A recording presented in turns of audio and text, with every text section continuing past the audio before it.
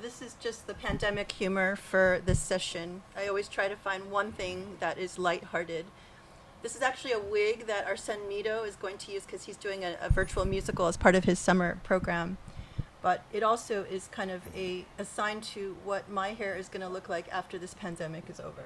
Okay. Whew. All right. Start again. Alhamdulillah Rabbil Alameen. Before we start the Q&A,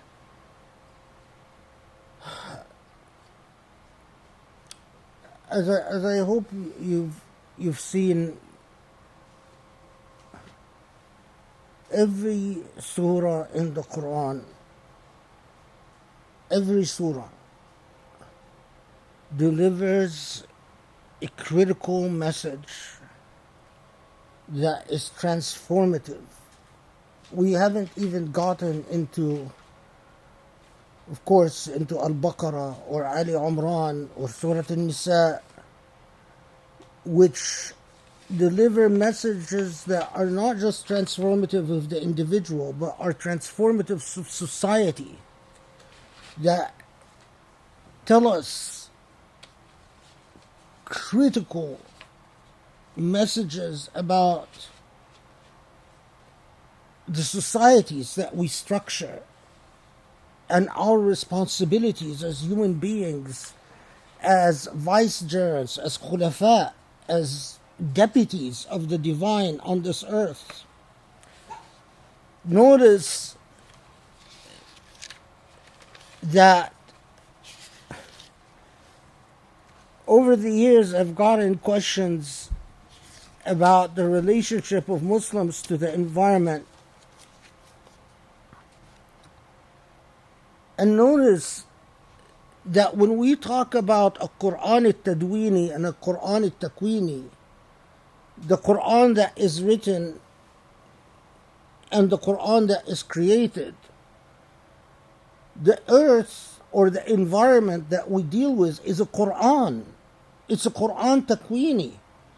Can you imagine destroying that Quran?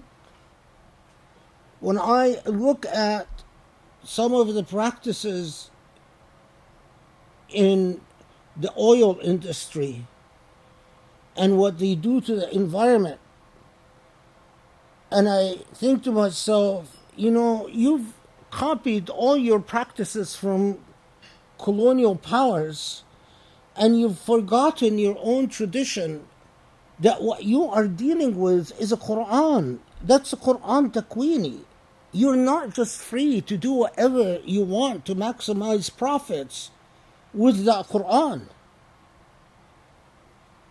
A truly transformative message in every sense. This book, when it describes itself as Hudan Linnas, guidance, as taking people from dark to light, you can only start to understand that when you start to understand the Quran.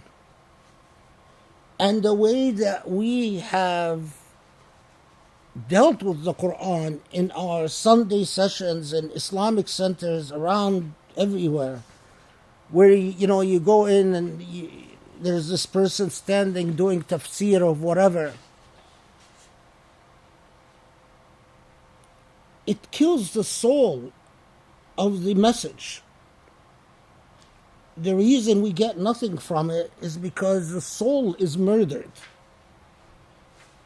Because the person doing the tafsir is soulless. They themselves don't have the type of engagement that it takes to start understanding that miraculous book. We've now covered 2 surahs, Al-Hadid and Jathiyah, and I pray to Allah that this would be sufficiently demonstrative to people out there that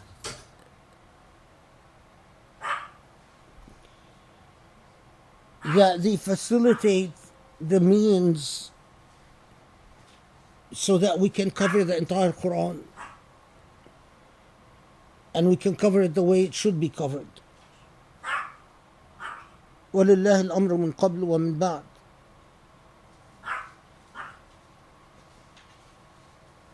Okay.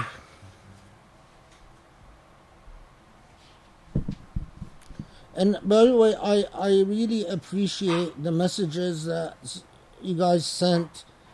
Um, I am, I anchor myself in self-doubt. I interrogate myself all the time. And so when I get feedback that assures me that what I've done is actually beneficial, it's amazingly beautiful. It really is an encouragement. So I thank you.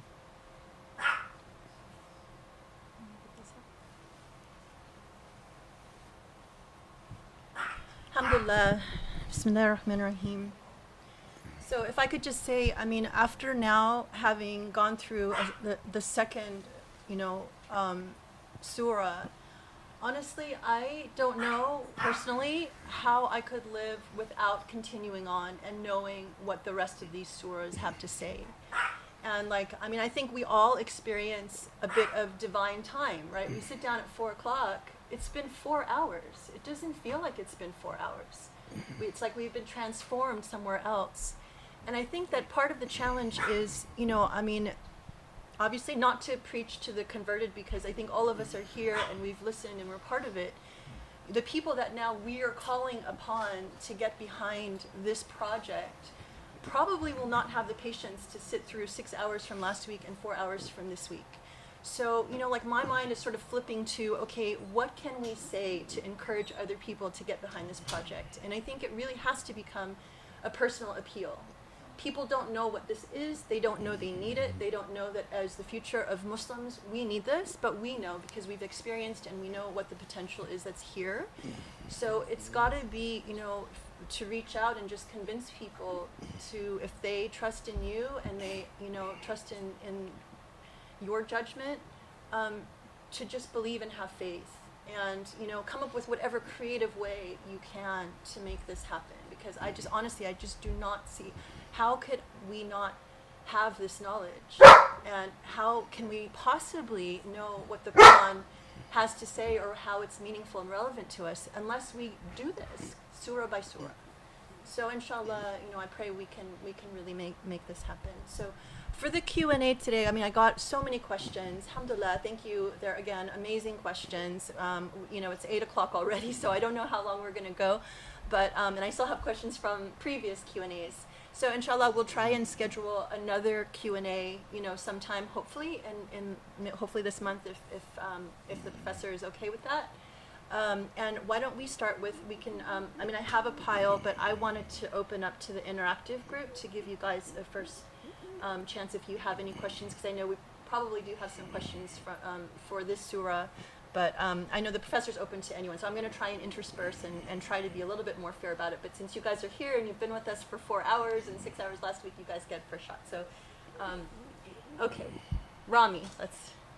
Oh, and I should just say, the professor mentioned something about Rami making a comment about experiencing nature and the Quran and tafsir from nature. So, now I think people, when they hear Rami, they think Rami Youssef because we've talked about, that show. And just to clarify, this is Rami, the professor's student, not Rami, the comedian. So, there are many Ramis. I just wanted to jump in and say that. But so Rami, the student, the star student, who actually shared had the nature experience with the Quran of the created, will have you give the first question, inshallah. So let me just make sure I have volume. Okay, hang on. I'm just going to turn up the volume a little so I can hear you, and I'm going to, of course, relay what you say. Go ahead. I have two. Should I just pick one, or...? He has 3 questions. Yeah, pick your best one. Sorry, Okay. I know you have awesome questions, but we have to be fair. Yeah. Suppose, can I ask about social hadith still, or just Whichever question you want. He's open to answering any questions. So if you want to start with, if you want to ask about Jathia, that's fine, or something else, that's fine too. Okay. So in verse 25, In verse 25 of the Hadith, when the When chapter is mentioning the chapter is mentioning the sending of iron, sending it says, fire. وَلِيَعْلَمَ اللَّهُ مَنْ يَنْصُرُهُ. He's saying the Arabic. I don't understand. Translation is so that Allah may make evident those who support him and his messengers unseen. I'm sorry. Can you just repeat that? Allah will And so it says it's giving the reason giving the reason for why iron was revealed, why iron was given. Why iron was and given. think that God may make evident And those God who may- support him. This verse, Surah Hadith. So I Yeah. was just hoping to get I was just looking to the professor's thoughts on Professor's this, thoughts. sort of the reason given The for reason given for iron. I mean, that's kind of like how I'm reading the verse. I was getting this, the reason given for. Sorry. the reason given, the reason that this verse gives for why God created iron. For why God created iron. Yeah, notice the question is for ayah 25 in Surah Al-Hadid.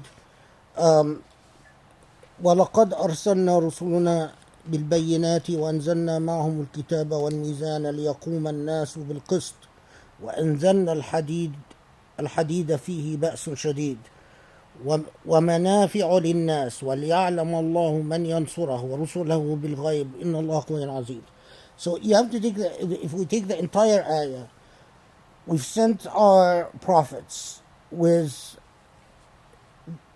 بالبينات, with the guidance, and we've sent with them the book and the balance so that people can establish justice, and we've sent iron that in it is strength and benefits to human beings. So Ba's Shadid, strength, and other benefits to human beings, so that God will know who man yansuru, who it in literal translation is who will give victory to the side of God, but a more meaningful translation, who will be on the divine side, or who will walk the path of the divine.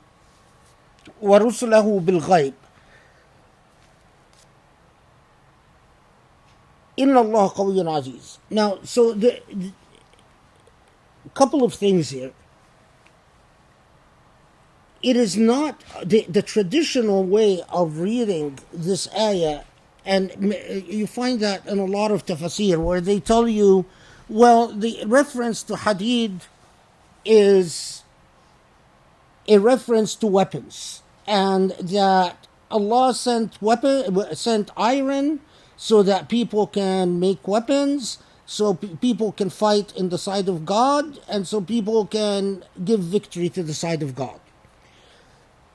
The problem with that is that when the Quran wants to talk about jihad and qital, it does. Rather, what it tells us, it references the prophets, the guidance, the mizan, the balance, justice, and references iron as a source of strength and a source of benefits for human beings. And then all of that, it concludes with who is on the side of God. It is our own inclinations that reads the reference to iron as a reference to weapons, because that's not what it necessarily says. What I said last Halaqa is that the penultimate statement about iron is a reference to the nature of iron as necessary for creation at so many levels. It's necessary for our own being, for who we are. And it's necessary for the balance that maintains us as human beings. That remarkable thing that is certain amount of iron that is embedded in all of us. But at the same time, some amazing properties that we know about, that iron is the element that is luminous in the blood, which ties into the constant reference in Surah Al-Hadid to the light and seeing the signs of God in everything through the intricate web of creation. Now, وَلْيَعْلَمَ اللَّهُ مَنْ يَنْصُرُهُ. You could take this in the traditional sense as, well, it's a reference to weapons and who fights on the side of God. Or you could take it the way that I take it, that who through comprehension and reflection and understanding why this is Surah Al-Hadid will walk the path of the Lord. Man yansurullah is anyone that is on the side of the Lord, anyone that anchors themselves in the path of the Lord. So when I insist that there is meaning in this world, that's Nasrullah. When I insist that justice is not relative or is not purely functional or is not purely utilitarian, and that the origin of justice is anchored in the will of the Creator, that's Nasrullah. When I insist that moral virtues have meaning and that they are anchored in a divine Creator, and I persist in arguing for that position, that's Nasrullah. It is sad that we reduce the idea of giving victory to the path of the Lord to something as silly as swords. That's not.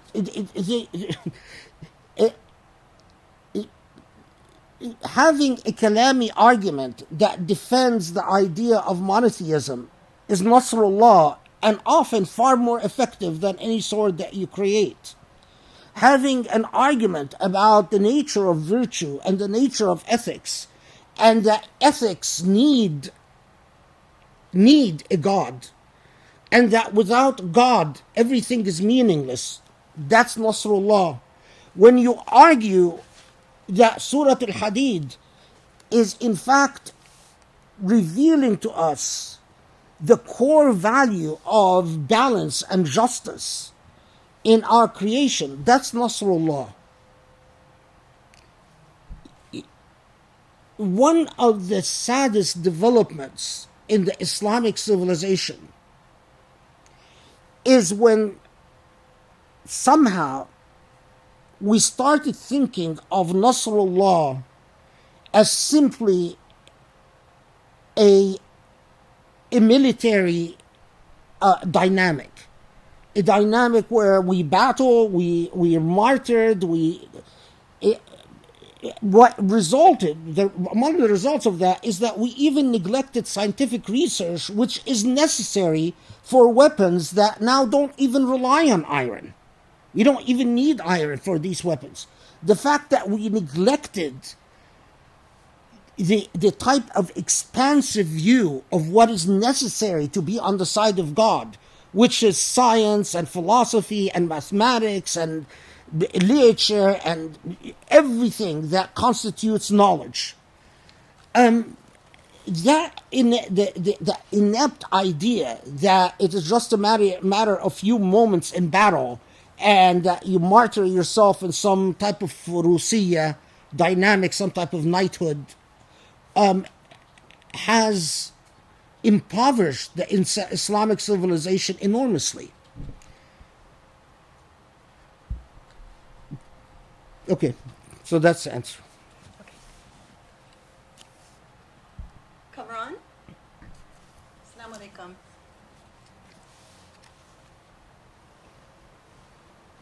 And sorry, bear with me. I'm slow. If you can speak slowly, it helps me to relay what you say. Okay, Julie, sit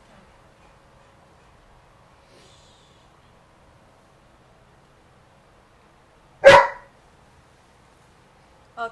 I can't hear you, Kamran. Hang on 1 second. Maybe it's me on my side. 1 second.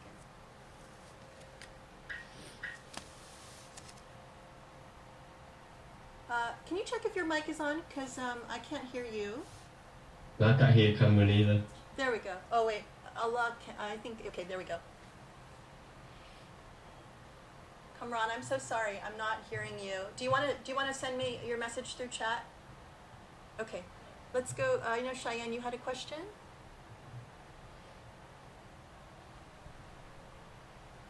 Yes. Assalamu alaikum. I can't hear you. Okay, gonna try to keep this as concise as Try possible. to keep this as concise as possible.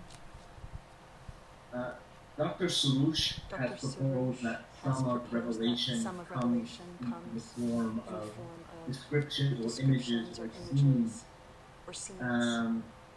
When you were describing your relationship with Jathia, it reminded me of this theory of his.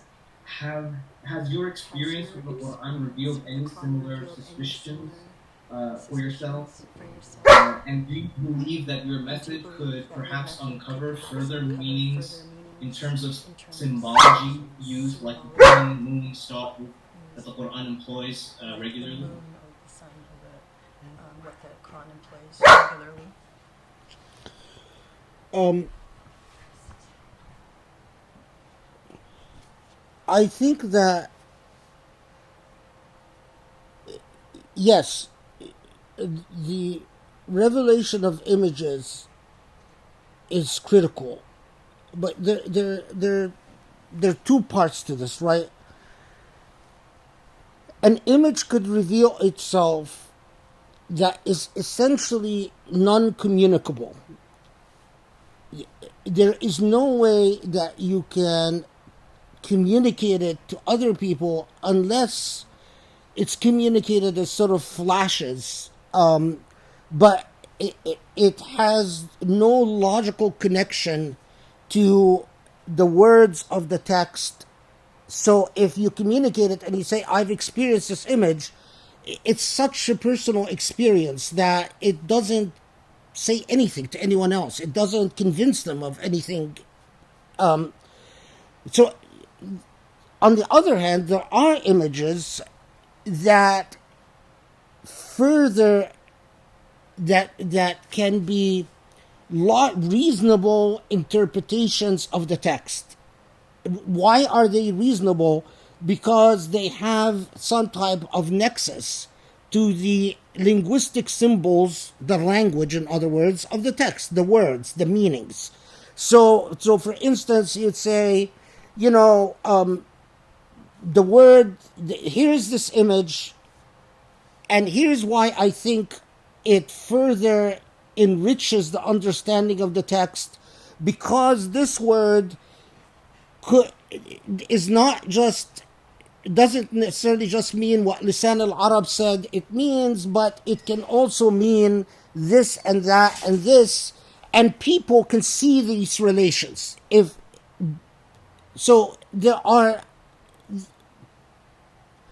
And I think it's important for the interpreter to be aware of the types of images that they experience, the images that are communicated in poetry or in spiritual Sufi writings that that they sometimes call futuhat, or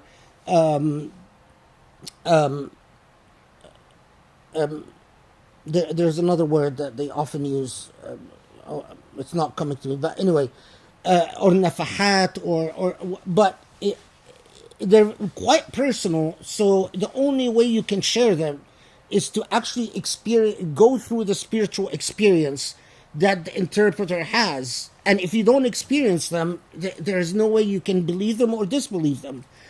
That should be distinguished from the type of images that in fact do have a connection to the linguistic practices of the text. So when we say نستنسخ ما كانوا يفعلون, نستنسخ linguistically can literally mean to copy. We copy, we keep a version of. And then when you say the image that I saw is like a playback of the events of your life, I think that has a reasonable logical connection that most people in our modern age who know the language can relate to. You know, some people might say, no, the only meaning of nastansakh that I'm willing to accept is the pre-modern form of istinsakh, meaning to write down what they said, what they've done. And the only thing, and then of course you can say, well, you know, in what ways do angels write? What does it mean when you say angels write your deeds in a book? You know, and why do you insist that it is actual writing with a pen and some type of writing instrument, although there's no evidence that the books that the angels use are like our books or our pens and papers. So we can get into still an argument anchored into the linguistic practices, the linguistic tradition of the text itself. That should be distinguished from the types of images. Now, as much as I know about what I've read of Surush is that he's talking about the second type. He's not talking about these highly personal images that you sometimes find in poetry, or you sometimes find in Sufi symbolic writings, or you know, al-ma'na al-batin, that is often might not at all relate to the linguistic tradition of the text itself. The reason, and when I talk, I mean, what I've shared about Surah Al-Hadid and Surah Al-Jasiyah, I've kept out any personal experiences that are not anchored in the practices of the text. In other words, they're not anchored in the actual language found in the text, because I see these as highly personal. And while I might share them with someone worshiping with me, so if someone is doing Iqamat al-Layl with me and we're reciting Surah Al-Jasiyah together, and then I say, you know, can you believe this is what I saw? And then they share their own experience, whatever it is. That's one thing. But when you are trying to teach people about the meaning of the text, you don't have the type of privity with people that would allow for the sharing of these type of highly personal experiences. And I'm often very, I mean, I'm in a healthy way, I have a healthy amount of skepticism about any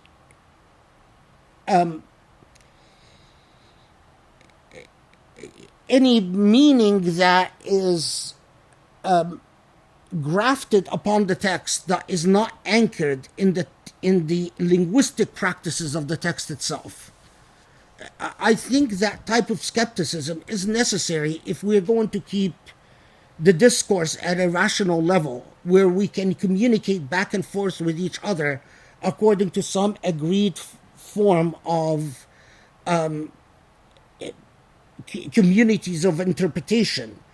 It's often how far do you deviate from established communities of interpretation, and whether these deviations end up undermining the entire community of interpretation that exists, that it effectively deconstructs any traditions of meaning.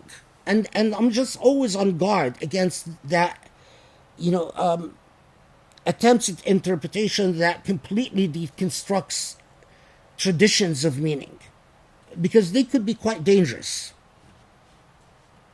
Is this volume okay? Yeah. Okay. All right. Thank you, Kamran. I got your message on the chat. I was trying to be smart and I took a picture of it.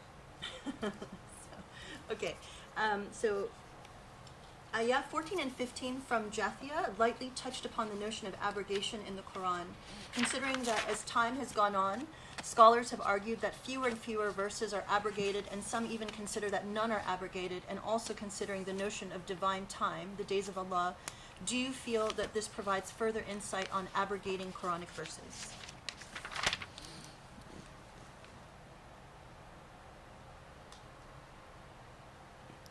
I guess what? 14. 14 and 14 and 15 from Jathia.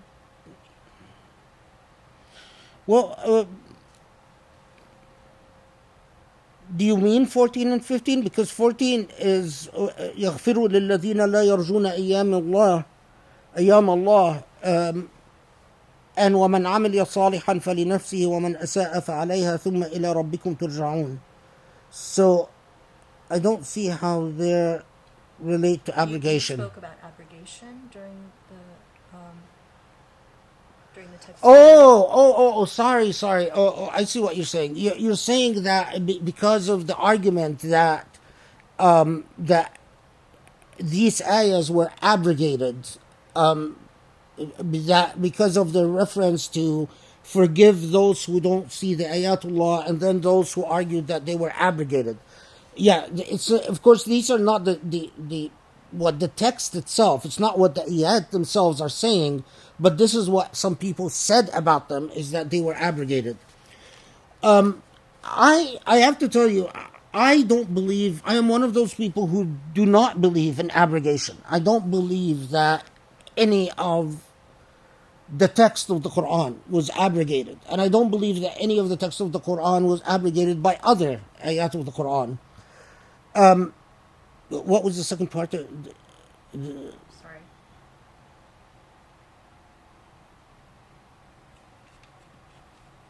Considering that as time has gone on, scholars have argued that fewer and fewer verses are abrogated, and some even consider that none are abrogated, and also considering the notion of divine time, the days of Allah. Do you feel that this provides further insight on abrogating Quranic verses? I mean, I don't. My journey with the Quran, I started out believing in abrogation because of the traditional education that I had. But my journey with the Quran convinced me that there is no abrogation. And I think abrogation often conceals arguments about I don't want to describe it in a vulgar way, but they conceal arguments about power. I mean, they conceal arguments about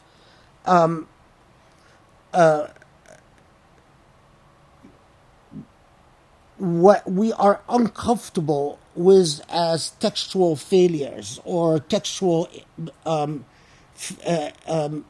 tensions that we are unable to resolve. And so we end up resorting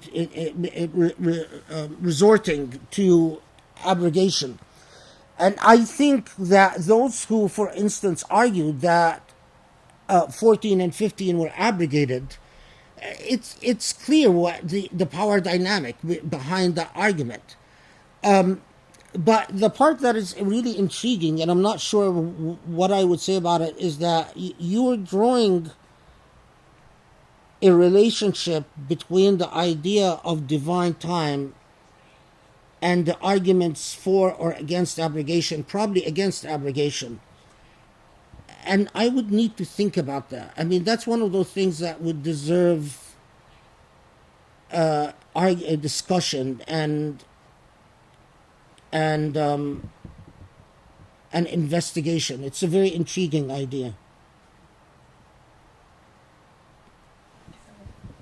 I was trying to be slick and send a message on chat. If you are on chat and you want to text me your question, that's easier rather than me fumbling through trying to relay it. If you are international, go ahead and send it on the Google Meet chat. So, okay. So I have a question from Serene. Oh, Serene is still typing. Sorry, Serene, I didn't give you enough advanced notice. Okay, if you want to try and just convey it, I'll try to fumble through. Sorry. Okay, it's not a long question.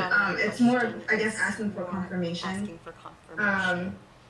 In Ayah 3, Allah uses the words or the names of Zahir al-Batin to describe himself. And then in Ayah 13, it describes both sides of the gate as Batinuhu and Zahiruhu. And according to the professor, he said that Batinuhu is the core where there is light, and Zahiruhu is where darkness is and where their sins are expiated. So I guess I'm wondering that the literal translations of Batinuhu and Zahiruhu are inward and outward. But I was wondering if we can kind of understand those names of Allah as the one who keeps the light inside the core, and the one who leaves the darkness outside or the sins outside until they're expiated. I guess I'm trying to find a deeper understanding of those two names rather than just inward and outward. Yeah, I mean, that's a very interesting idea. Al-Zahir wal-Batin as part of what of names of Allah is, it permeates everything. I mean, there is so much written about in what ways Allah is the Zahir and Batin. In our more modern theological context, during the rise of the Wahhabi movement, they were Wahhabi theology generally was a sworn enemy of many of the discourses about Zahir wal Batin, because they were troubled by the numerous discourses found in the Islamic tradition about Allah being everywhere instantaneously, Allah being with everyone at the same time, Allah being in everything, Allah manifesting in creation. And to put it modestly, the Wahhabi orientation in particular thought that any of this type of inquiry is dangerous, and that at a minimum we should just simply refrain from talking about it. So we should simply refrain from saying how is God everywhere, or how is God with everyone, or how is God manifest in everything. The idea that God is in everyone or everything, all that inquiry should be avoided as opening the door to bid'ah and so on. So that did have an influence on our modern discourses, in that we no longer, we became disconnected and disjointed from the cumulative traditions and discourses on al-Zahir wal-Batin, and many of these discourses are remarkably beautiful. I mean, if you just read Ihya Ulumuddin, if you don't even need to read a more complex text than that, you can see a lot of what, for instance, Imam al-Ghazali says in the ways that Allah is al-Zahir and al-Batin. So the translation that you see as outward and inward is influenced by this sort of modern conservatism about al-Zahir wal-Batin. And your inclination that there's something much deeper than just simply say outward and inward, I think is right on. Now,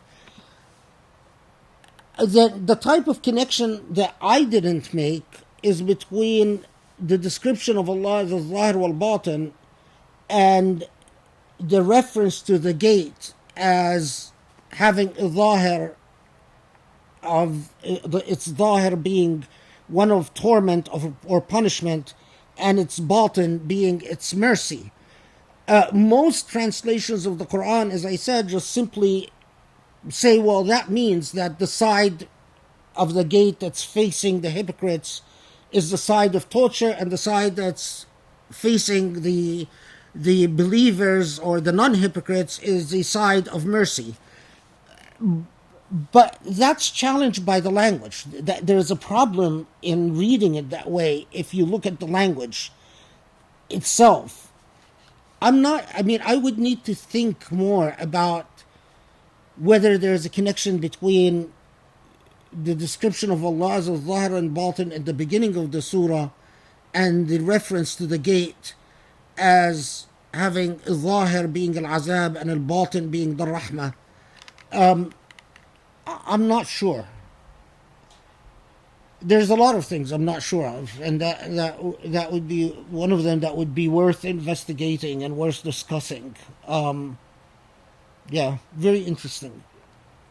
I wasn't implying to be like punishment or the punishment, but I was kind of going along how you said that it was where he sought justice for people's sins on the outside. Yeah. So you mean, is that part of the dynamic of al-Zahir wal-Batin? Is that what you mean? Yeah. Yeah, I think I got that, but I'm not sure. I mean, what stands as a if you will, as part of my my mental handicap is that the minute I say al-Zahir wal-Batin, I remember all the discourses in the tradition about the ways that Allah is Zahir wal-Batin, and these discourses never connected it with the expatriation of sins. That it seems to me that there's something there, but I'm not. I would need to investigate it. Thank you. Yeah, I mean, it's quite remarkable when you I mean, this is a good opportunity to note how much of our tradition is lost because we stopped talking and developing or thinking or even reflecting upon the ways that Allah is in Zahir wal Batin since the onset of modernity. So definitely in my generation, in your generation, and probably in my parents' generation, and we are all spiritually and intellectually impoverished for that. I mean, we've stopped making the type of connections that would develop our tradition and make our tradition relevant and rich and pertinent to our lives. But anyway, it's a point that maybe will develop and we can talk about months from now. Inshallah. Inshallah. Okay, so I have a question from Nora. She says, Assalamu alaikum, thank you again. It's an honor to be listening to so much beauty. Jazakallah khair. To preface, what I love the most about our religion and what Dr. Khalid emphasizes is justice. I would like to have a better understanding of the linguistics of the words used for justice. What is the difference between adl and qist, which seem to be both translated as justice? Is one a deeper justice than the other? One a more divine justice? What do their three-letter roots mean? Are there other words for justice used in the Quran as well? Jazakallah khair again. Yeah, this is a really big question, but I'll try to answer it without going into an hour-long lecture. Okay, both are often translated as justice. That's true, but adl is often means formal justice. If you will, legal justice. So if you imagine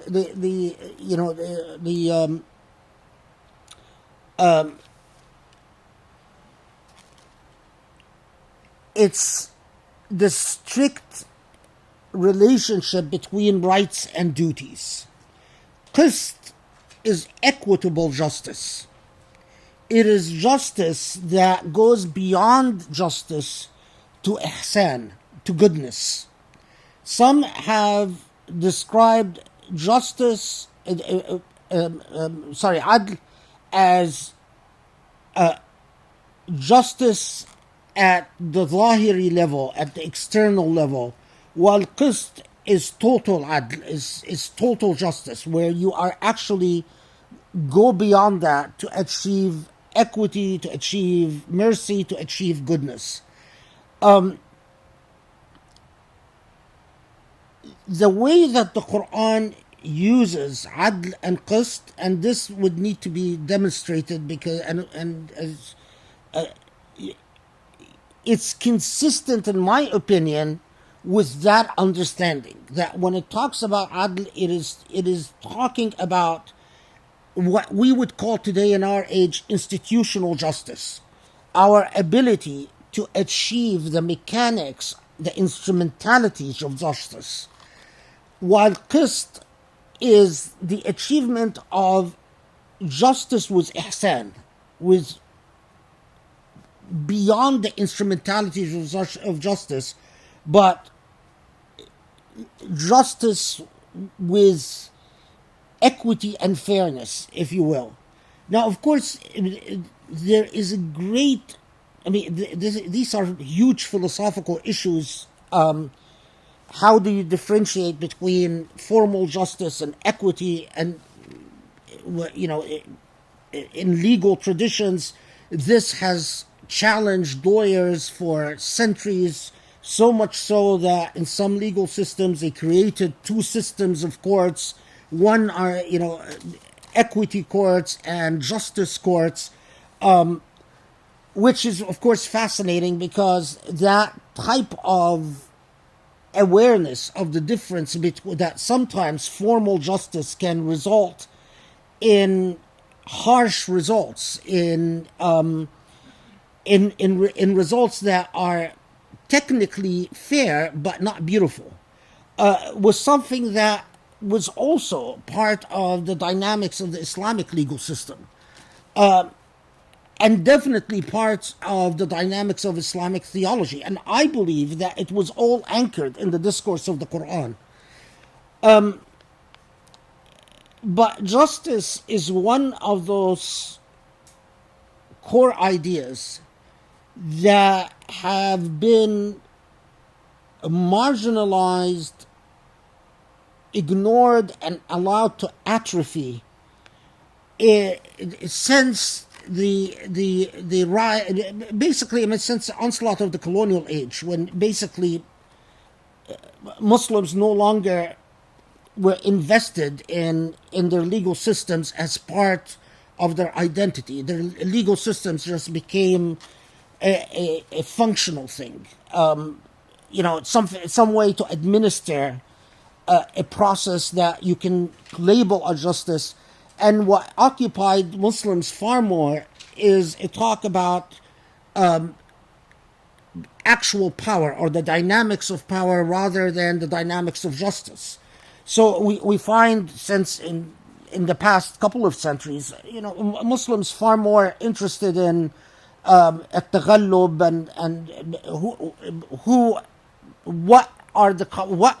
what flows or what results from having power, attaining power, establishing power, while their discourses on justice have become largely apologetic and superficial. I can't even name a serious treatise on justice written in the past 100 years. There are a lot of writings with the title Justice in Islam, but all of them are extremely superficial. They'll cite a few Quranic verses, cite a few hadiths, cite a few incidents from the Seerah or from the legacy of Umar bin Abdul Aziz, or some Khalifa here or some Khalifa there, and say, oh, look, look, Islam cares about justice, and that's it. as if we've talked about justice. I think this is all a result of the fact that in modernity our lives have been overtaken and monopolized by the dynamics of authoritarianism and despotism. And despotism is allergic to discourses on justice. And we don't understand that the modern despotism is very different. We often talk about, isn't it true that Muslims always lived in despotic political orders? No, because despotism is a modern phenomenon. The type of power that the state would have, where it would literally craft society and engineer society according to its whims, that's a modern thing. What existed in pre-modernity was forms of absolutism that would be exercised around the centers of power. But largely society was unaffected by that form of absolutism. Whether the Khalifa, was a despot or not, didn't affect the majority of people in the overwhelming parts of society, because the state was unable to exercise that type of power, that type of hegemonic power that we saw was the modern age and the Industrial Revolution and the technological revolution and so on. But with the growth of despotism in the Muslim world, that was introduced to us, to be quite honest, with colonialism. And then we took it from colonialism and developed it into a disease, into a full-fledged disease. I mean, much worse than anything imposed on us by colonialism. Discourses on justice died. And one of the essential things that it is incumbent upon Muslim intellectuals to do is to reach back into their tradition, anchor themselves in the Quran. I mean, much of my journey with the Quran, much of my falling in love with the Quran, I've memorized the Quran before I fell in love with it. I mean, words, ayat, verses. But the point where you fall in love with the Quran, when you realize that this is a book that draws your passions towards justice and basically defines your life in relationship to justice and what justice is. Alhamdulillah. On that note, I'm actually going to turn to a question that we received. This is a very interesting question. Okay, this is a follow-up to something the professor said in a khutbah. When lecturing about recent events, specifically the protests occurring across the U.S. in response to racism against Black Americans, the professor discussed the obligation that Muslims have to stand up for justice, and pointed out the reward present in protesting against injustice and standing up against oppressors. And then he referred to a part where you talked about how Muslims are limited to peaceful protest, and the minute you exceed the bounds of peaceful protest, you are recategorized into a criminal. Peaceful protest, and this is a paraphrasing of your khutbah. Peaceful protest is protected by the Constitution, but non-peaceful protest is not. And as Muslims, we need to be protected because we are also disempowered. If you do anything that breaks the law, you give them an excuse to wipe you from the face of this earth. Beyond that, the Prophet clearly taught us that you cannot punish someone based on the sins of another. In Islam, we cannot commit aggressions against the right of others and claim that the ends justifies the means. My question does not have to do with peaceful versus non-peaceful protests. But on that topic, I think there is a lot of nuance that is usually ignored about what exactly counts as peaceful or violent. But rather, my question is about legal versus illegal practices in the context of peacefully protesting. I know that as Muslims, we are expected to abide by the law of the land that we live in, but if we look at the civil rights movement in the U.S., we can clearly see that it would likely have gotten nowhere if people did not break the law.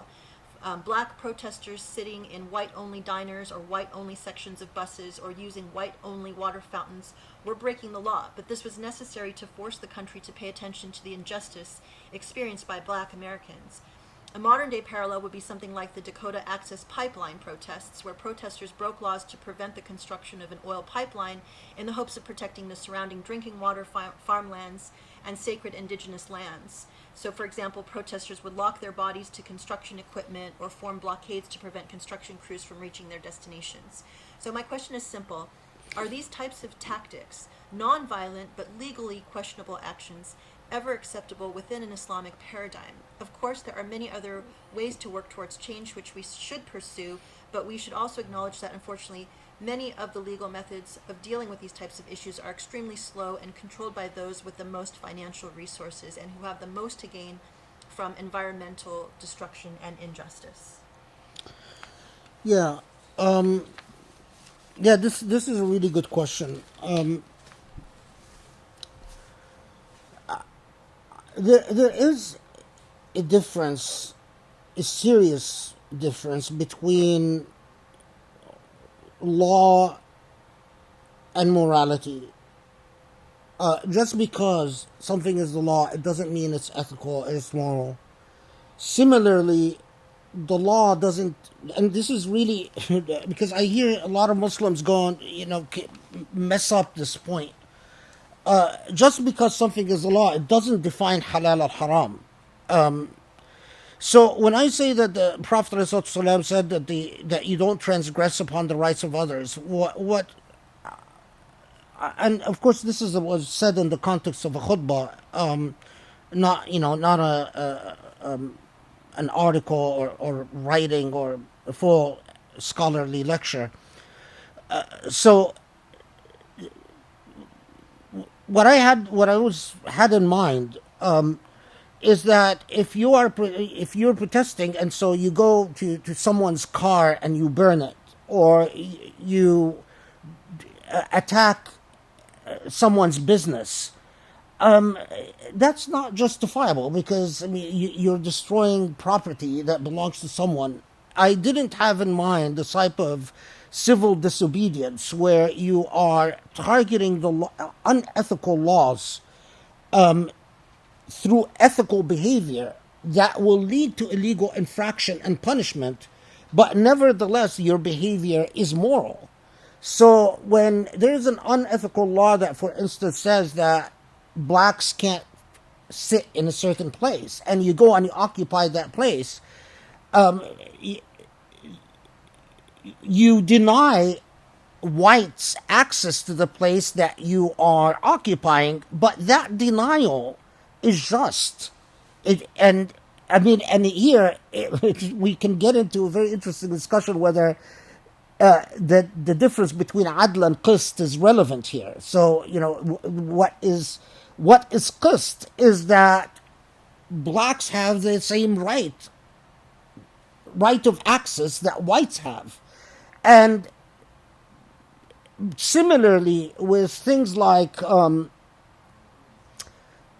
I would even go a step further and a harder case.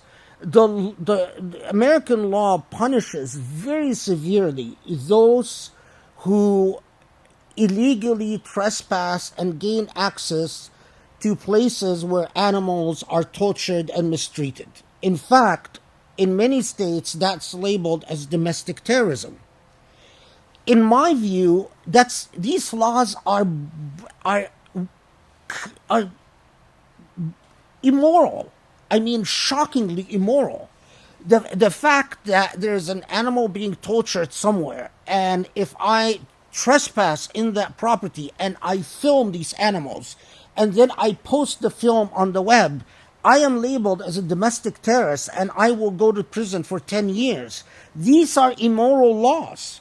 And someone who violates this law and ends up going to prison for 10 years, I have nothing but enormous respect for them. And I think that they will be rewarded by Allah for that behavior, because their behavior, in my view, is absolutely halal. They didn't destroy the property of an innocent party. I even would go further. If I destroy the property of someone who is transgressing upon animals, I'm not destroying the property of an innocent party. I'm destroying the property of a guilty party. And when I do so, I am defending animals. So my actions are categorized, in my view, under self-defense, or under, the defense of others, the just defense of others. The law doesn't look at it this way.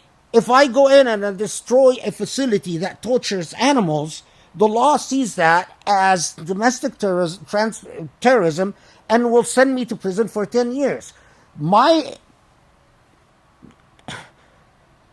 With all due respect to the law, that law has to change. And if someone does it and goes to prison for 10 years, I think that their reward is in the hereafter. Allah will reward them.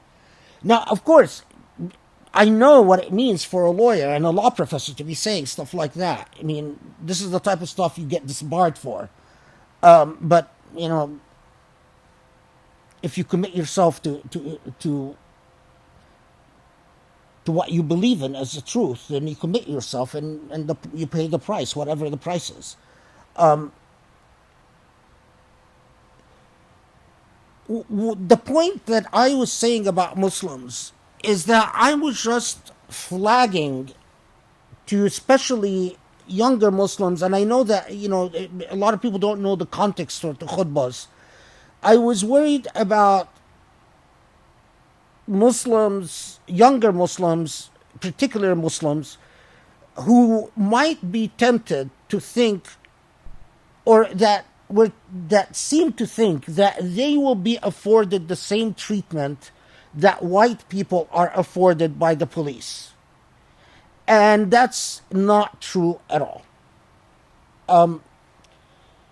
I can tell you, just from even the LAPD, I met the people in the LAPD that are responsible for training fellow police officers about how to deal with Muslims, and their training is entirely Islamophobic.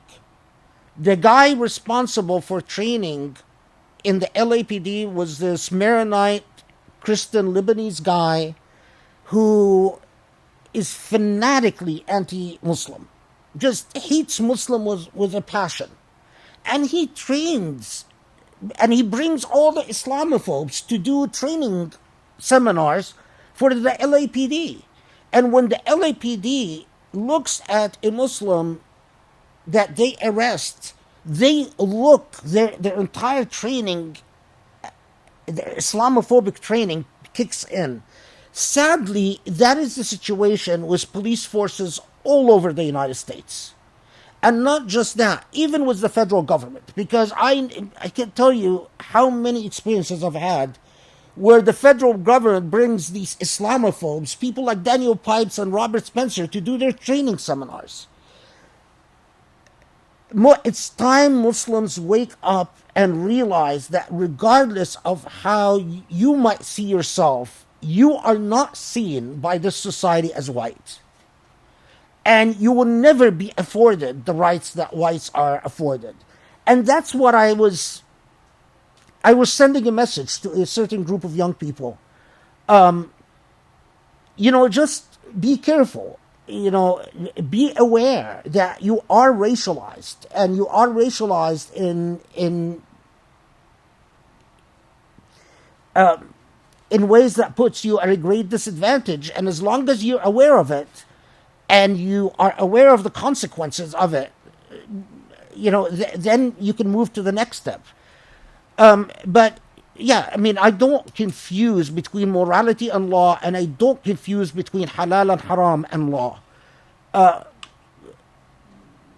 That's one of the things that was a major turnoff for me about the Islamic Center of Southern California, is that they would often say things like, if you break the law, then you commit a sin. Isn't this making Allah your hawa? I mean, Allah suddenly is an American legislator. At least we should think about the morality of the law. Anyway. Alhamdulillah. Thank you. I think this is also a next related question. So no sheikh has spoken on this issue that this person knows of. Where do we stand on marijuana, especially now that it has become legalized in California and other states? Does it matter if it's medical or recreational? Every Gen Z millennial Muslim is asking this question, but there has been no leadership to answer it. And quite frankly, many Muslims I know are using it, and I feel we need an answer once and for all. Well, I mean, I don't know about an answer once and for all. I can give you my ijtihad on it, my fatwa on it.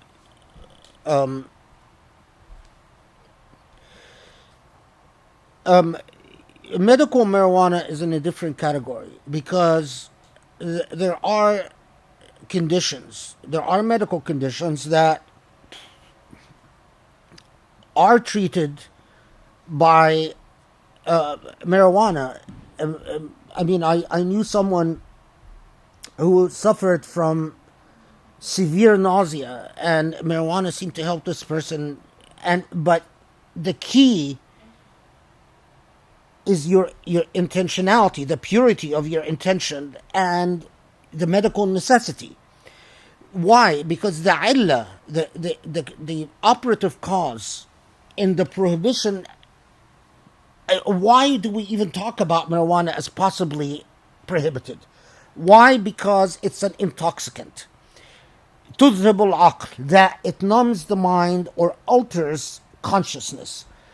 When Allah prohibited alcohol, the reason that we were given for the prohibition against alcohol is that Allah is against, or Allah prohibited anything that alters the mind without there being a medical necessity to do so. So if I, come to someone who is severely psychotic and I give them medicine to alter their mind, to control their psychosis, that's not what Allah is talking about. What Allah is talking about is when you alter your rational faculties so that you learn to depend on substances rather than work through your problems and your emotion, including your emotional problems. And that's what, in part, what alcohol does. So we get into the issue of marijuana because it's a mind-altering substance. If there is a medical necessity, in the sense that there is a doctor, a trusted doctor, not a dishonest doctor who will say whatever you want them to say, because as long as you pay their bill, but an actual trusted doctor who says that you should do it, and for the following reasons, and your intention with Allah is, Allah, I'm not doing it for pleasure, I'm not doing it to get stoned, I'm not doing it to alter my mind, I'm doing it because I want relief from my medical problem. Allah knows your intentions, and Allah will not hold you responsible for pure intentions. On the other hand, you can't lie to Allah, even if you lie to yourself. If you do it to numb yourself, to deal with your problems, to alter your mind, to intoxicate yourself, that's precisely what's haram. And in that context, I should also tell you, it's not just alcohol and marijuana. It's any mind-altering substance, including doing things like tranquilizers or painkillers that are not medically necessary, because what you're teaching your body is, instead of working through your problems, instead of confronting your anxieties and depressions and dealing with them head on and making the hard decisions that life often requires that you make your hard decisions to change your life. So to deal with the cause of your anxiety, to deal with the cause of your depression, to deal with the cause of your low self-esteem, or your the opposite of low self-esteem, type of crazy hubris and whatever. instead of making these tough decisions, the easy way out is to numb yourself. And that's precisely what is the problem. That's precisely what's haram. So this is a good opportunity to just warn people, because I meet a lot of Muslims who seem to think, well, no, it's okay if I take tranquilizers. It's okay if I take other mind-altering substances that don't fall in the category of alcohol or marijuana. And these are equally problematic, people. They look at the operative cause for the law. The operative cause is Allah wants people who are brave enough to confront their problems. And sometimes when you confront your problems, you have to make very hard decisions. You have to make hard decisions about who you live with, who you don't live with, what jobs you have, what professional tracks or paths you make, about where you live, the circumstances of your life. And if you can avoid making these decisions by numbing yourself,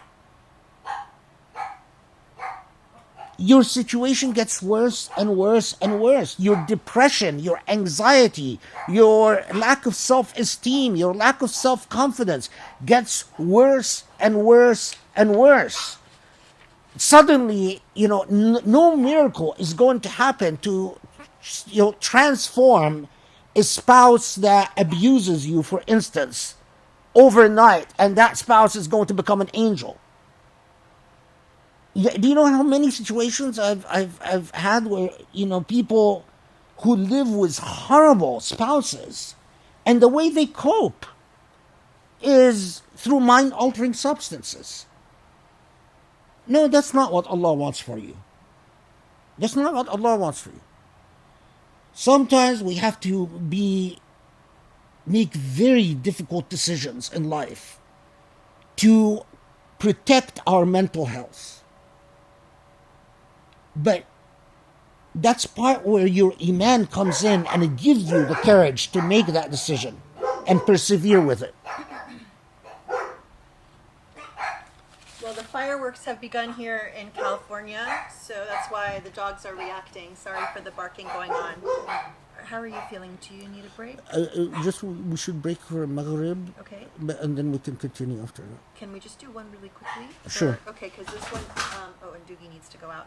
Okay, this one relates actually, since you brought up the issue of abusive spouses. I often take cues from what the professor says to help me guide through the next question. This one, as a sole parent of 4 children, I was in an abusive marriage, and I was actively encouraged for 8 years to remain in by leaders of the community until he finally left me for another woman. I've raised 4 children 100% on my own, and I've effectively been widowed for the last 9 years. My children are now 9, 11, 13, and 14, and want nothing to do with him. And since last year, his mom, who pushed really for them to meet him after no contact for 8 or more years, the kids didn't want to meet the father. This year, they keep asking why they can't change their last name from his to mine, since he's effectively been absent from their lives. Is this an option, or must children be recognized by their father's name even if he's been absent?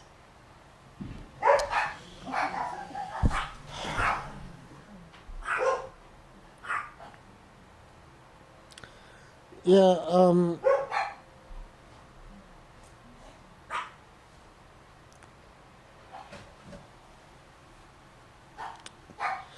the difficulty, of course, is that we do have a clear text on this. ادعوهم لآبائهم.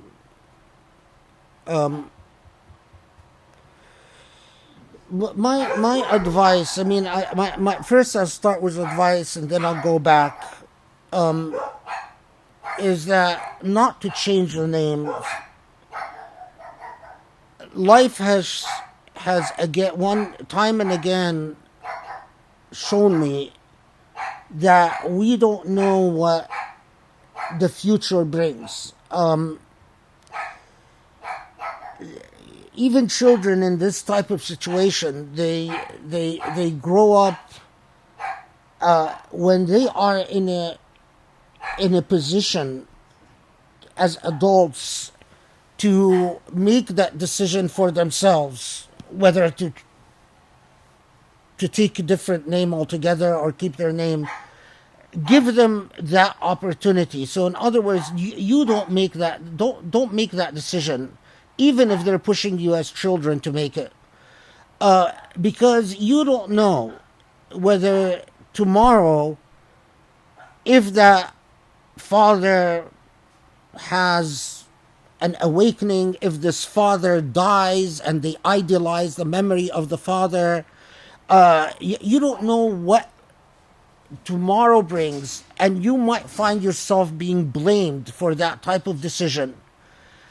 Islamically speaking, I think it is a problem for the mother to change the last names of the children. It's a different thing if they are, as adults, make that decision on themselves. But for you to do it, I think that would be transgressing upon the rights of the father as well as the rights of the children, and I would just advise against it, even if they can't stand their father now.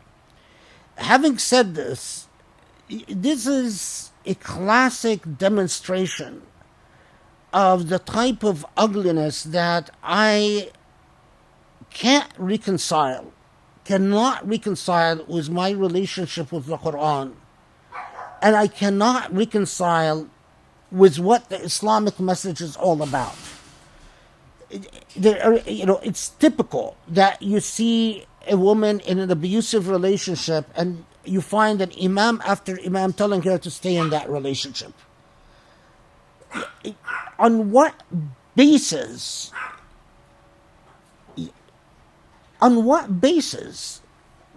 It somehow, as if protecting the privacy of an abusive relationship is an Islamic endeavor. What type of understanding of the Quran drives these imams? What type of understanding of beauty or qist or adl or justice drives these imams? Classic behavior that after living with a woman and having her sacrifice, raising the children, abusing the heck out of her, then eventually the man tires of her and leaves her and goes and marries another woman. And without even knowing further details, I can tell you that it is the attitudes of the community that encourage this type of behavior. And it is my sincere belief that everyone in the community that encourages that type of behavior incurs as much sin as a man in this position. Do you think that just because Allah gave you the right to divorce or remarry, that there is no ethical obligations upon you? What right? By what logic does a man think that they have the right to basically use up another human being as if they're a commodity? To have children when they feel like they want to have children, to take care of these children as long as they want these children taken care of, and then dump that woman and her children whenever they feel like it and remarry another one. I mean, this is exactly the type of obscenity that when played, as Surah Al-Jasiyah says, when played in your lifeline in the hereafter, and you see the ugliness of your behavior, will condemn our entire ummah. Because every act of ugliness like this condemns the entire ummah. We didn't play a role in putting this person on the right path. We didn't shame that person. In fact, we empowered this person by telling them it's okay to abuse your wife and keep it a secret. It's okay to abuse your wife and not be held responsible for it and not be punished for it. It's okay to abuse your wife without consequences of losing this wife. And then when you find another woman that can replace your wife, you can do so, and we'll still care about you, and we'll still invite you to our homes, and we'll still have you over at our potlucks and our dinners, and we'll still have you on our board in the Islamic Center, or we'll still say Assalamu alaikum when we see you at the Islamic Center. It's all disgusting. That's exactly what makes us an immoral people. That's exactly what makes us an immoral people. Islam is about morality and beauty, and none of this is moral or beautiful. Don't change their names, but may Allah reward you for your suffering, and may Allah forgive us for your suffering.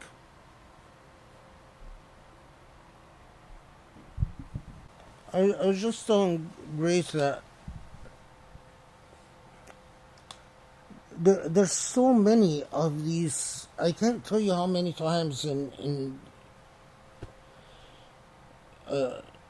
came to the United States when I was 19 years old. I can't tell you how many of these situations I have either lived through or heard about. And I often wonder whether Muslim women are in the hereafter are going to testify against Muslim men. And I wouldn't like to hear that testimony.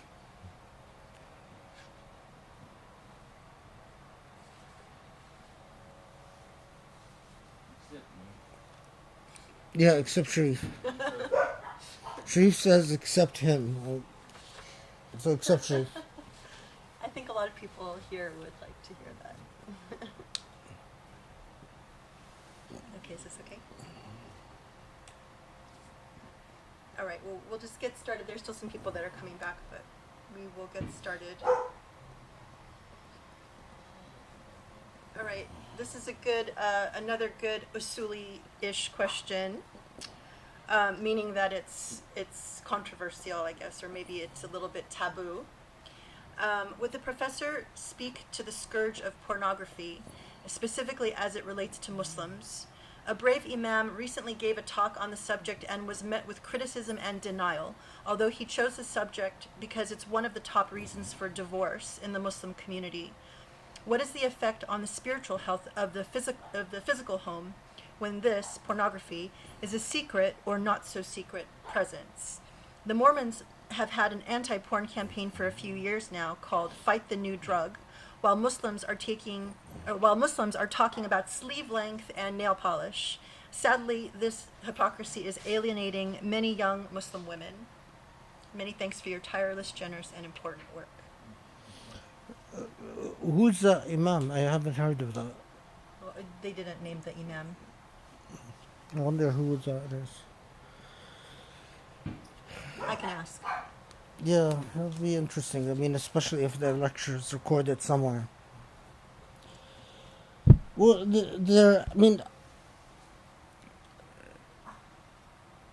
other than Tala al-Maharim,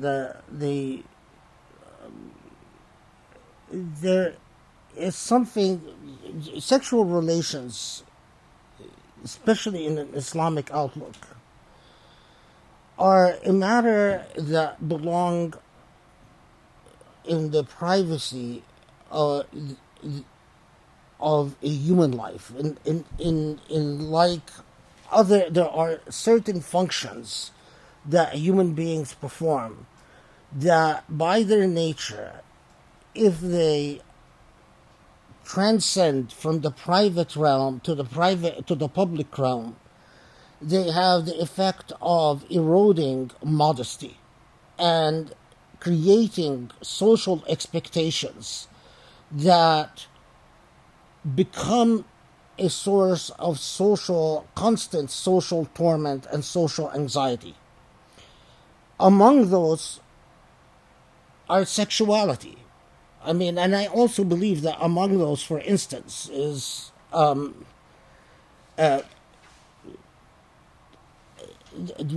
how you eat and what you eat, because when you display that, when it becomes a form of public displayment, it again creates social expectations and social frustrations that are fundamentally inequitous in society. Modernity has taken sexuality from the private realm, and it has become a very public display in so many forms. And in doing that, it has had two effects. One, the commodification of especially women, and we often ignore the fact that it is the socially disadvantaged and psychologically disadvantaged, in other words, women who have suffered abuse, that become commodified in this process.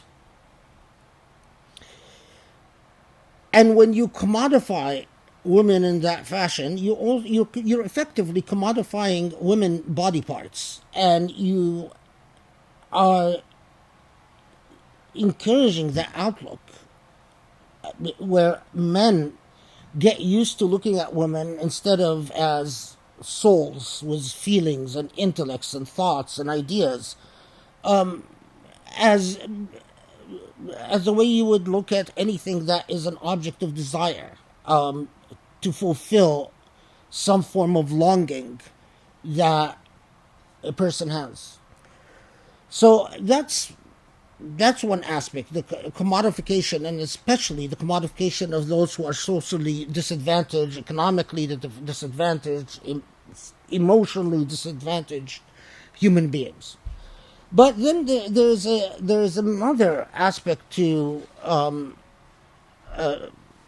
pornography, and that is the creation of completely unrealistic, that's not the way human beings engage in intimacy. These are more like athletic displays or theatrical displays that create expectations within a relationship, that either expectations are part of men that have to do with male stamina and endurance and so on, or expectations on the part of men towards women that has to do with forcing woman, rather than being at peace with her own intimate performance as to what she's comfortable with and what she finds fulfilling personally and what she finds true to herself. A woman is forced to fulfill a role that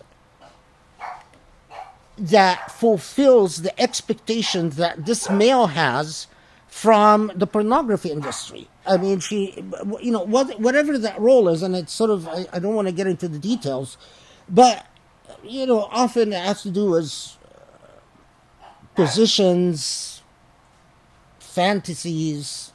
I don't see anything but a harmful effect from, and I mean, I don't think it's debatable that the position of Islam towards pornography, but when you unpack what pornography does, and it is a form of addiction, and it's not a form of addiction, it is an addiction. But like all addictions, it requires a strong willpower, and it requires mental health to deal with this addiction. Because when I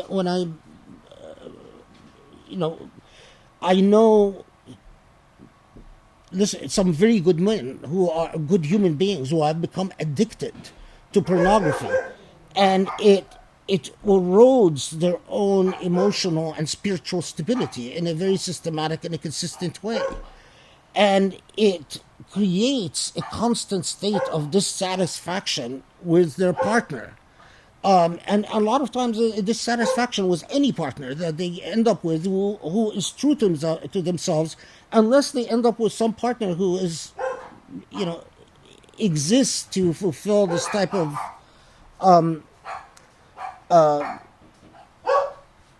highly artificial world and highly short-term lasting world, because whatever fulfillment comes from from living out these roles, it gets old very quickly, and it gets tedious, and it gets burdensome very quickly. The reason the fireworks are going off and the dogs are really scared, and so they keep barking, and they look very oh yeah. Now, of course, there is an aspect that I actually teach about. I mean, I teach and have worked quite a bit in the field of human trafficking. And I teach a course on human trafficking, and unfortunately I've read and continue to read more about human trafficking than I ever want. What I can tell you is the intimate relationship between our pornography industry and human trafficking. I mean, there's a lot of politically correct talk about this, where they try to portray pornography as based on consent, but that brings into issue what is consent. I mean, when you have an 18-year-old that is raised with the idea that once she's 18, she has to get a job or 19, and she has to come up with money for college if she wants to go to college, and she basically has to earn her keep, and then at the same time create a culture that tells this woman her value is in her sexuality, and at the same time tells her it's no big deal if you commodify yourself for a period of time to make money. And then, of course, you find this huge pornography industry waiting to consume these women who are 18 and 19 as soon as they become legal. And we're even talking about, but I'll tell you what happens in this industry, and this is real life now. You know, this is not Hollywood, this is real life. What happens is that these women start out 18, 19 in quote-unquote orthodox roles, just taking off their clothes and having sex on camera. But very quickly, they become old because there are new 18-year-olds coming in. So what do they have to do then to make the same levels of income? They have to accept roles of harsh pornography, meaning roles in which they are abused, roles in which they are orally copulated with violently and mercilessly, roles in which they are urinated on or defecated upon, roles in which they have to endure some level of pain and physical violence. And the coping mechanism of these girls who are now 19, 20, 21 is to, in order to keep the income coming, is to smile at the end of every session of abuse to the camera and say, oh, it's fine, I enjoyed it. Well, I'll tell you, in human trafficking, we deal with these women after the cameras are gone, after they're 22 and 23 and 24 and 25 years old, and they have been permanently scarred for what happened to them, because the memory of the physical abuse that they had to endure on camera is devastating. And do they have real free will? And do they really consent? I'll tell you, no. Because one of the first things they do in this industry is that they introduce you to drugs. Yes, you smile on camera. Yes, you look fresh on camera, but that's because you've been an addict for 6 months or a year. But then when the cameras are gone, your addiction is still there.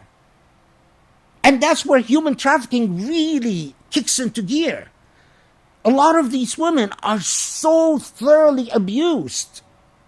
And then there is a complete absence of the legislature in this process, a complete absence, because we hold on to the myth that 18 years old give their full consent. Well, that's not the world that I live in. the world of human trafficking, you can see that the consent is a myth. Consent is a myth. While girls, that come from well-off families that basically, prep them, they go to prep schools, they get ready to go to one of the Ivy League schools, they pay off their college tuition, they don't have to be exposed to that industry. But we are talking about enormous numbers. And I'll tell you, that field, the pornography field and human trafficking field, is thoroughly racist. One of the things that I introduced to my class is a schedule that we got from human traffickers here in LA, in Los Angeles, is schedules of how much a blonde woman is worth, how much blue-eyed woman is worth, how much green eyes are worth, how much brown eyes are worth. What about an Asian woman? What about an Arab woman? Do you know that some of the most expensive women in the porn industry are Arab/Muslim women? They're highly desired because among the fantasies of this society is hijabi pornography. If you can say a few words in Arabic, they pay big bucks for you to human traffic you. So please understand, I know that young men who haven't studied human trafficking, who don't have life experiences, they don't understand what they're tapping into. They don't understand what they are supporting financially. You are hurting yourself, you're hurting your partner, you're hurting society. One of the things that Muslims that can contribute to this society is to join the crusade against pornography and human trafficking, especially human trafficking. Especially human trafficking. Because what the rest of the story of a lot of these, there are a few women, their percentage is less than 0.5% of women who enter the pornography industry end up stars, quote stars. What is a star in the pornography field? Is someone who can perform in pornography roles for 5 years. Now, what happens to the 99.9%, 0.5%? They have one-time roles, two-time roles, three-time roles, and then what happens to them? To the non-Hollywood pornography, to the studios that don't have the Hollywood setup. In other words, the harsh and raw studios, the studios where all the fetishes are fulfilled. The fetishes with animals, the fetishes with anal sex, the fetishes with violent oral sex, the fetishes with urination and all that disgusting stuff. The fetishes industry. And then what happens to after the fetishes industry? Addiction and prostitution. So a lot of these fresh-faced women that exist in the porn industry when they're 18, if you had an opportunity to see them 5 years later, they're unrecognizable. That's where we see them. That's when they come trying to get away from their handlers. They're unrecognizable.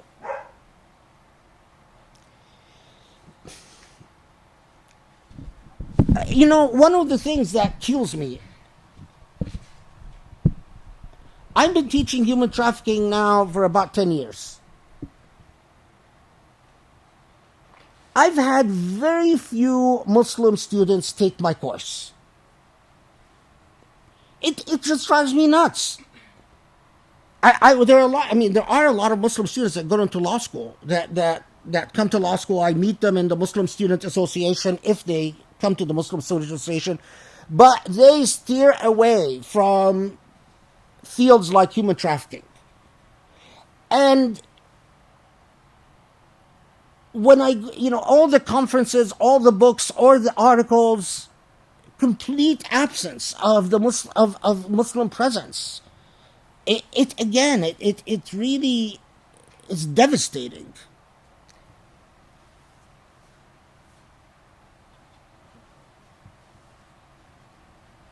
Are you okay to keep continuing? We're now at 9:30. Okay, go. This is really doing the lighter topic. These are all like... It takes us a while to recover after the professor has taught a semester of human trafficking. So it's like one of those things where you just you have to manage it. Grace doesn't like me. Doesn't like it when I teach it, of course, because I get in a very... Well, you just have, it's the black cloud that hangs over you and grows. You have to dispel it somehow. So. Are there a lot of other questions? We have so many questions. I guess the question is just, should we just do one more, two more? I don't know. Let's do one more, and then inshallah we'll schedule another Q&A. Okay. Just a Q&A. So we have some. Every question. There's so many important questions, and this is the one I don't really know which to choose. Okay, do you think you could do 10, 15 minutes? Okay, so maybe we'll do both of them. Okay, so this maybe is just to kind of close this out, since we were talking about women. I got a lot of questions about what women should wear and the idea of modesty, and so I'm going to read several of these, but they all get at the same kind of thing. We'll start with, this is kind of like creating confidence in young daughters. So I would greatly appreciate it if you could provide tell us about how girls must cover in front of mahram and in front of other women. Specifically, can young girls wear shorts or short pajamas at home in front of their fathers? We have 2 young daughters under the age of 9. My husband says that our children should cover up to their knees and necks, even at home. I'm worried about restricting young daughters even in the comfort of their own home. Sometimes this feels burdening for my young daughters because they don't even have the freedom to be completely comfortable around their father at home. For example, my parents are divorced and my father stayed with me when I first had children to help. Obviously, I covered as much as possible, but I had to breastfeed in front of him many times. With the age of body positivity for young girls, the constant shame of showing your knees or shoulders appears to sometimes make our young daughters feel embarrassed or uncomfortable with their own bodies. I certainly believe in modesty outside the home, but my husband wears shorts in the house. It feels a bit hypocritical at times. I would greatly appreciate some clarity on that. And then I'm going to just read these other ones that have to do with hijab. We can talk about hijab. I mean, you've already talked about hijab a lot, but the question was, what exactly should a woman cover in prayer? I've seen women praying wearing turbans on their heads but showing their necks. I also saw women putting a hijab on but praying in t-shirts and got confused about what characterizes a proper dress during prayer. How can we define modest clothing in concrete terms in an age in which fashion is continuously evolving? Does Islam provide any guidance on what is meant by modest clothing, or is this something left for society to define at any given moment in time? And then lastly, can a woman who wears a hijab not put it on in front of her husband's brother, whether married or unmarried, if they all live in the same household? So for example, many times when visiting family or doing sleepovers, women in the family end up covering their hair all day long until we go to sleep.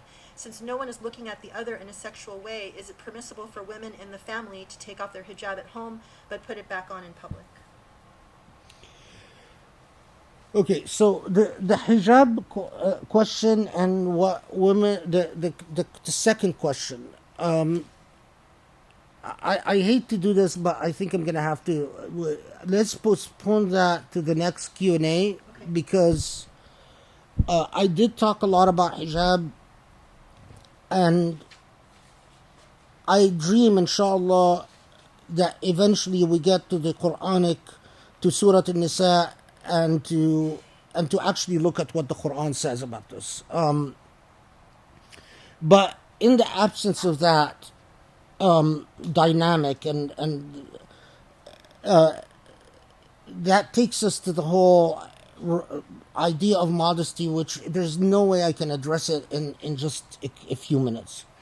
The first question, which is, I think, more compact in some ways. Yes, it is hypocritical, because the same what the husband in this question is relying on is the idea that the awra of a woman in front of another woman or in front of a mahram extends to the knee, and in most opinions at least up to the elbow. So in other words, you cover the entire body except anything below the knee in front of other women, or in front of a mahram, and then you cover the entire body up to the elbow, and you don't have to cover your hair in front of in front of other women. In front of a mahram is a little bit complicated, but anyway, we're talking like, father-in-law, like a brother, like where she can't show her hair. The reason I said there is a little bit of hypocrisy is that the same material that says that this is the woman's awra also says the awra as a man is from the navel to the knee. So that would exclude shorts for both men and women. However, there are a lot of complicated issues about this whole navel to knee, the whole thing about extending down to the knee. Because we've conveniently ignored a lot of things that talk about that frankly was far more permissive about the awra of a woman before a woman, short of complete nudity, where literally the private parts would have to be covered when it comes to a woman or a woman, or a man or a woman before a mahram. These views have been sort of buried especially after the rise of Wahhabism. My own view on this is that she's talking about these girls wearing shorts at home before who? There is absolutely no problem in these girls wearing shorts in front of their fathers, in front of their brother, in front of their uncle, in front of their grandparents. There's absolutely no problem. And I do think that when we focus so much, when we take young girls and we focus so much on the idea of their bodies as a source of fitna, we do pornography in the reverse. We commodify these women. I'm not telling women, oh, don't worry about covering your bodies. What I'm saying is that when we take, especially women who are trying to grow up as Muslim and trying to figure out their place in Islam, and we keep telling them what Islam cares about is your body, is your body, is your body. Your body is dangerous, even in front of your brother, and even in front of your father and your uncle and your grandparent. We are commodifying these women and twisting their psychology permanently and deforming it. And the result is that they often grow up to rebel completely or to be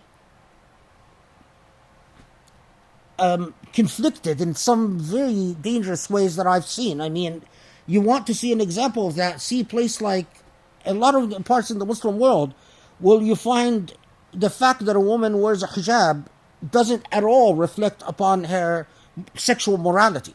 I mean, there are muhajjabas in places like Egypt and Syria and so on who do things that you wouldn't believe a Muslim woman does. And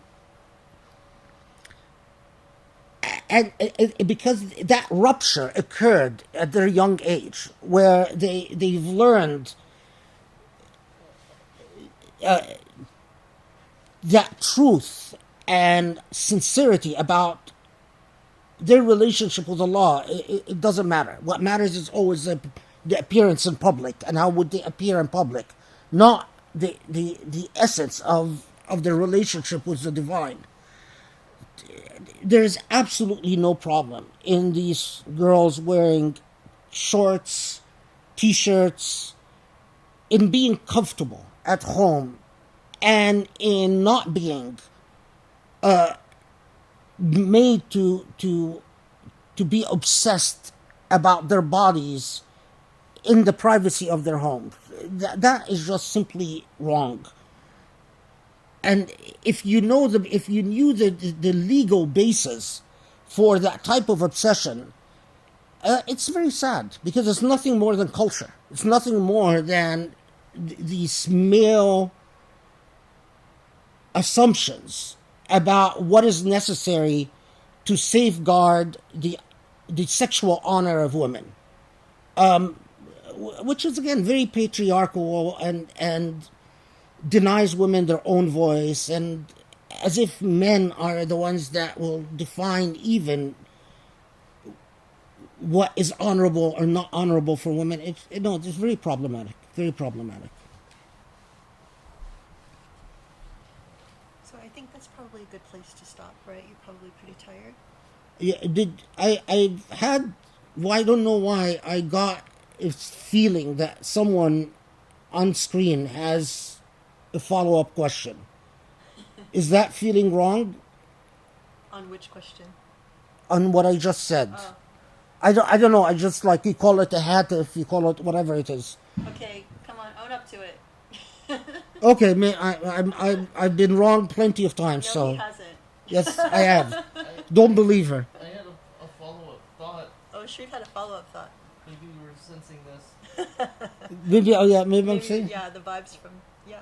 Go The, ahead, Sharif has a follow-up thought. Is that what he said? Yeah, his follow-up thought. You did a whole series You of did a whole series of halakas halakas on the hijab this where you discuss this in detail. in so detail. It might be helpful, So it might be helpful for people to listen to those listen to very those long, because they're very long and it gets into and the it gets actual into the actual evidence. So Yeah, so there's I'm probably picking up on Sharif's. And it was back from your spunky days. back from your spunky days. Yeah, in my younger days, I used to be much more spunky than I am now. So you could tell them about the hijab. Okay, Yeah. well, so anyone who is not familiar, we actually, the professor gave a very long halaqa on all of the issues and the evidence about the issue of hijab, and it's actually available on our SoundCloud channel. So it's if you go to soundcloud.com, just search up the Usuli Institute and you can find it there. So there's a lot that he covered there, and there's a lot on the Search for Beauty website as far as written stuff too, because he answered some questions that people had about wearing hijab in the context of Islamophobia. So I just wanted to, point your attention to that. Also, I noticed on the comments that someone was asking if we transcribe these, and I actually transcribe everything. I send it to a professional transcriber, rev.com. But obviously, what they don't do is they don't do the Arabic, and it's not perfect because obviously they don't understand everything. But I'm very happy to share that with you guys, and I would love if anyone would volunteer or several people could volunteer to help go through it and clean up the Arabic and edit it and all of that stuff. But I'm also happy just to share with you the raw transcript, so at least it'll help with your notes. Hey, Doogie is eating the quartz. Poor Doogie, my German Shepherd is freaking out because of all of the fireworks. I think that's it, right? Do you want to take a moment just to say hello to the people on the thing? I would just say, but may Allah reward you for persevering through this, and may يجعلها في ميزان حسناتكم. May Allah make it as part of your reward in the hereafter, inshallah. And bless you, and inshallah we'll see when we will see each other again. We actually have a line by line tafsir scheduled for next Saturday. Oh, okay, but that's different, right? Yeah, that's different. Yeah, but so we want more of these, so we got to make it happen, guys. Next Saturday is July 11th. We have a regular line by line tafsir scheduled. So that's our normal monthly halaqa. The traditional tafsir. The traditional one. And then I'll see if the professor is up for Q&A maybe the week after that, inshallah. So we'll see.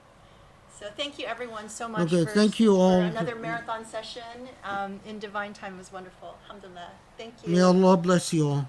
Barakallah feekum wa Assalamu afakum. Thank you so much.